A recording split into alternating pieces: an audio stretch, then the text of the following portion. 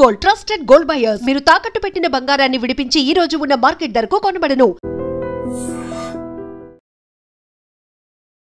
Welcome to I dream. నేను మీ సంగీత. ఒక అమ్మాయి ఢిల్లీలో కాలేజ్కి వెళ్తుంటే ఒక ముగ్గురు వ్యక్తులు వచ్చి ఆవిడపైన యాసిడ్ అటాక్ చేయడం అనేది జరిగింది.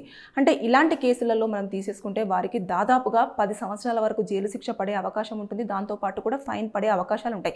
అంటే BNS 2023 ప్రకారంగా 115, 116 కేసులు కూడా ఇందులో అప్లికేబుల్ అవ్వడం అనేది జరుగుతుంది. అంటే సెక్షన్ 115 ఏం చెప్తుంది అని అంటే, ఎప్పుడైతే ఒక వ్యక్తి మీద యాసిడ్ అనేది పోసి వారికి గాయాలు చేయడం, అంటే కాలు పెట్టడం, మొహం కానివ్వండి, చేతులు కానివ్వండి, శరీర భాగాలు కాలిపోయినట్టు కనుక చేసేది ఉంటే ఈ సెక్షన్ అనేది అప్లికేబుల్ అవుతుంది.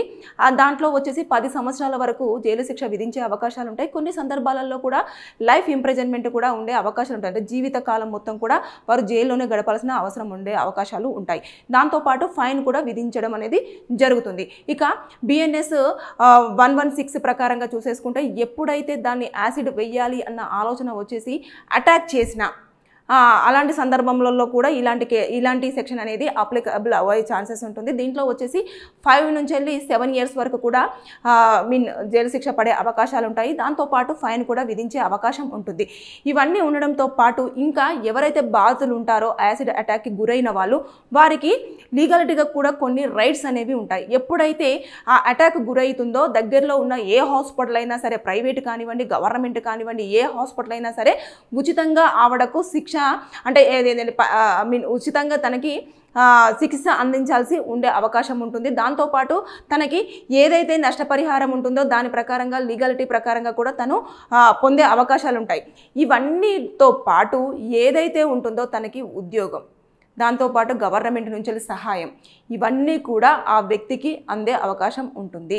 ఇదంతా కూడా సుప్రీంకోర్టు 2013లోనే దీన్ని మెన్షన్ చేయడం అనేది జరిగింది. ఇవన్నీ ఉన్న నేపథ్యంలో ఆవిడకుండే రైట్స్ ఇన్ని ఉన్నప్పటికీ కూడా ఇప్పటికీ కొన్ని యాసిడ్ దాళ్ళని మనము పూర్తి స్థాయిలో నిర్మూలించలేకపోతున్నాం. అంటే ఎందుకు వస్తున్నారు, ఎందుకు దక్కలేదని చెప్పేసి యాసిడ్ పోసేసి వాళ్ళ మొహాలు కాల్ చేయడం కానివ్వండి, చేతులు కాల్ చేయడం కానివ్వండి, ఇలాంటి జరుగుతుంది. అంటే రీసెంట్గా ఢిల్లీలో కూడా జరిగిన దాంట్లో కూడా అమ్మాయి అలర్ట్ అయిపోయి ఇమీడియట్గా చేతులు ఇలా ఫేస్ మీద అడ్డు పెట్టింది కాబట్టి చేతులు మాత్రమే కాలిపోవడం జరిగింది. కానీ మొహం అంతా కూడా డ్యామేజ్ అవ్వకుండా ప్రొటెక్ట్ చేసుకోగలిగింది. ఆమె అలర్ట్గా ఉంది కాబట్టి. కొన్ని సందర్భంలో చేసుకోకపోతే మొహం మొత్తం కాలిపోయి అసలు ఎంత తీవ్రమైన నష్టం జరిగేది అనేది కూడా మనం అంచనా వేయలేం. ఇలాంటివన్నీ చోటు చేసుకుంటున్నాయి. ఇప్పటికీ కూడా ఏదైతే ఉంటుందో గవర్నమెంట్ కొన్ని చర్యలు తీసుకోవాల్సి ఉంటుంది. యాసిడ్ అనేది అమ్మే సమయంలో వారికి ఇస్తున్నప్పుడు కూడా మీరు ఎందుకు ఇస్తున్నారు, ఏ పని కోసం ఇస్తున్నారు అనేది కూడా కొన్ని రూల్స్ అనేది పెట్టేసి ఎంత క్వాంటిటీ వరకు ఇవ్వాలి, ఇచ్చినా కూడా దానికి లీగాలిటీగా కొన్ని పాయింట్స్ అనేవి యాడ్ చేయడం జరిగితే బాగుంటుంది అనేది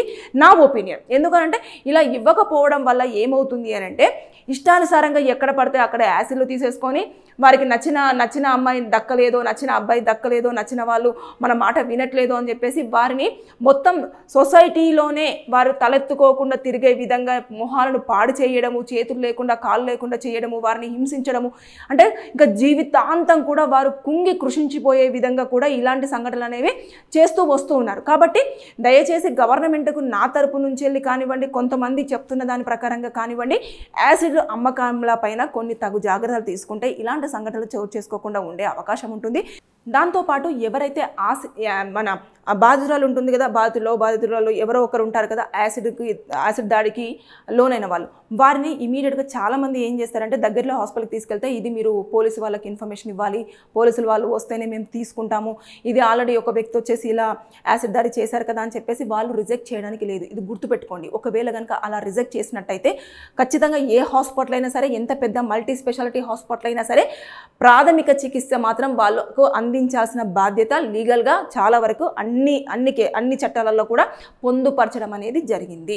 కాబట్టి వాళ్ళ బాధ్యత ప్రైమరీగా చికిత్స అందించడం. తర్వాత పోలీసులు వచ్చిన తర్వాత FIR ఫైల్ చేయడము, ఆ అమ్మాయితో మాట్లాడడము, లేదంటే అక్కడ ఉన్న ఎవరైతే బాధితులు ఉంటారో వారితో మాట్లాడము, తర్వాత నెక్స్ట్ స్టేట్మెంట్ అనేది రికార్డ్ చేసేసుకొని తదుపరి స్టెప్స్ అనేది కూడా పోలీసులు చూసుకుంటారు. కానీ ముఖ్యంగా మాత్రము ఎప్పుడైతే వాళ్ళు తీసుకొని వస్తారో చికిత్స అనేది అందించాలి ప్రైమరీగా.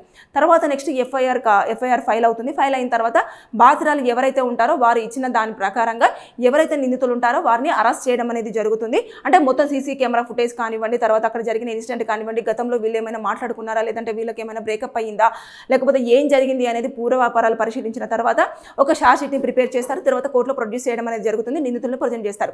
ఇది మొత్తం కూడా ఏదో నాన్ బెయిలబుల్గానే ఉంటుంది. ఇది కూడా బెయిల్, ఇలాంటి వాటిలలో బెయిల్ రావడం అనేది చాలా కష్టంతో కూడుకున్న పని. బెయిల్ అనేది చాలా త్వరగా ఇవ్వరు. ఎందుకంటే ఇలాంటి క్రూరంగా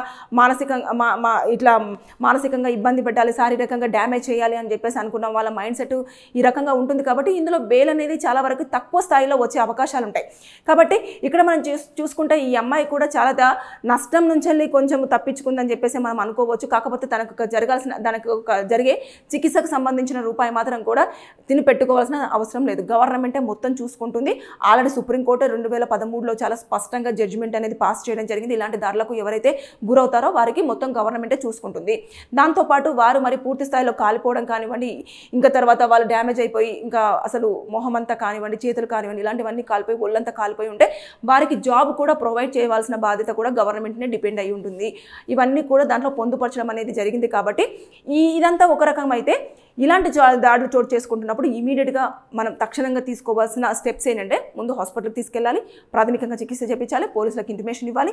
ఇచ్చిన తర్వాత వాళ్ళు వచ్చేసి ఎవరైతే బాధితులు ఉంటారో వాళ్ళు వాంగ్మూలం తీసుకోవడం జరుగుతుంది. ముందు ఎవరైనా సరే నాకెందుకులే అని వదిలేశారంటే మీరు కూడా పనిషబుల్ అయ్యే అవకాశం ఉంటుంది. ఎందుకంటే అక్కడ అంత పెద్ద ఇన్సిడెంట్ జరిగినప్పుడు మీరు చూడనట్టు వదిలేస్తే సీసీ కెమెరాలో కనుక మీరుంటే మీరు కూడా పోలీస్ స్టేషన్కి వచ్చేసి మీ యొక్క ఇన్ఫర్మేషన్ కూడా ఇవ్వాల్సి ఉంటుంది. కాబట్టి అక్కడ ఇలాంతా జరుగుతున్నప్పుడు ఇంకొకటి ఏంటంటే, అక్కడ ఉన్న వాళ్ళు ఎవరైనా దాన్ని కెమెరాలలో బంధించేసి డిజిటల్ ప్లాట్ఫామ్స్ మీద పెట్టేసి ఇలా దాడి జరిగింది, ఇలా జరిగింది అని చెప్పేసి మీరు కనుక పెట్టారు అంటే ఐటీ యాక్ట్ 2000 ప్రకారంగా 67 కానివ్వండి, 67A కానివ్వండి, 66 కానివ్వండి, ఇలాంటివన్నీ కూడా అప్లికబుల్ అయ్యి మీరు కూడా శిక్షకు అర్హులయ్యే అవకాశం ఉంటుంది. కాబట్టి తస్మత్ జాగ్రత్త. ఇలాంటి సంఘటనలు చోటు చేసుకుంటున్నప్పుడు లీగల్గా బాధితులకు ఉండే రైట్స్ ఇవి. దాంతోపాటు మీరు కనుక కెమెరాలలో బంధిస్తే ఉండే పనిష్మెంట్స్ ఇవి. ఇక ఎవరైతే దాడికి పాల్పడ్డారో వారికి దాదాపుగా 10 సంవత్సరాల వరకు జైలు శిక్ష ఉండే అవకాశం ఉంటుంది. లేదంటే లైఫ్ ప్రెజర్మెంట్ కూడా ఉండే అవకాశం ఉంటుంది. ఫైన్ కూడా విధించే అవకాశాలు ఉంటాయి. కాబట్టి దయచేసి ఎవరైనా సరే ఇలాంటి ఆలోచన వచ్చినప్పుడు దాన్ని విరమించుకోండి. మీరు కూర్చొని మాట్లాడుకొని ప్రాబ్లమ్ని సాల్వ్ చేసుకునే అవకాశం చేసుకోండి. లేదంటే మొత్తం జీవితాంతం కూడా మీరు జైల్లో గడపాల్సిన అవసరం వస్తుంది. సో తస్మత్ జాగ్రత్త. ఎప్పటికప్పుడు కూడా ఏదైనా వారి చేతిలో బాటిల్ కనిపించినా కూడా మీరు అలర్ట్ అవ్వండి. Thank you. నిజంగా ప్రస్తుతం ఉన్నటువంటి సమాజం దేనికి ప్రయారిటీ ఇస్తుంది? ఆర్థిక సంబంధాల చుట్టూ మాత్రమే తిరుగుతుంది. మళ్ళీ ఎన్నికలంగానే చాలా విరక్తి కలుగుతుంది. మంచి అనిపిస్తుంది కదా, లేడీస్ కూడా ఛాలెంజింగ్ జాబ్స్ చేసినప్పుడు చాలా బాగుంటది. ట్రాఫిక్ అసిస్టెంట్స్ గా నియమించిన ట్రాన్స్జెండర్స్ అందరితో సాల్యూట్ చేయించుకుంటున్నారు. ఫుడ్ డెలివరీ ఇవ్వటానికి వెళ్ళినటువంటి డెలివరీ బాయ్ అనిల్ పై కళ్ళ ముందు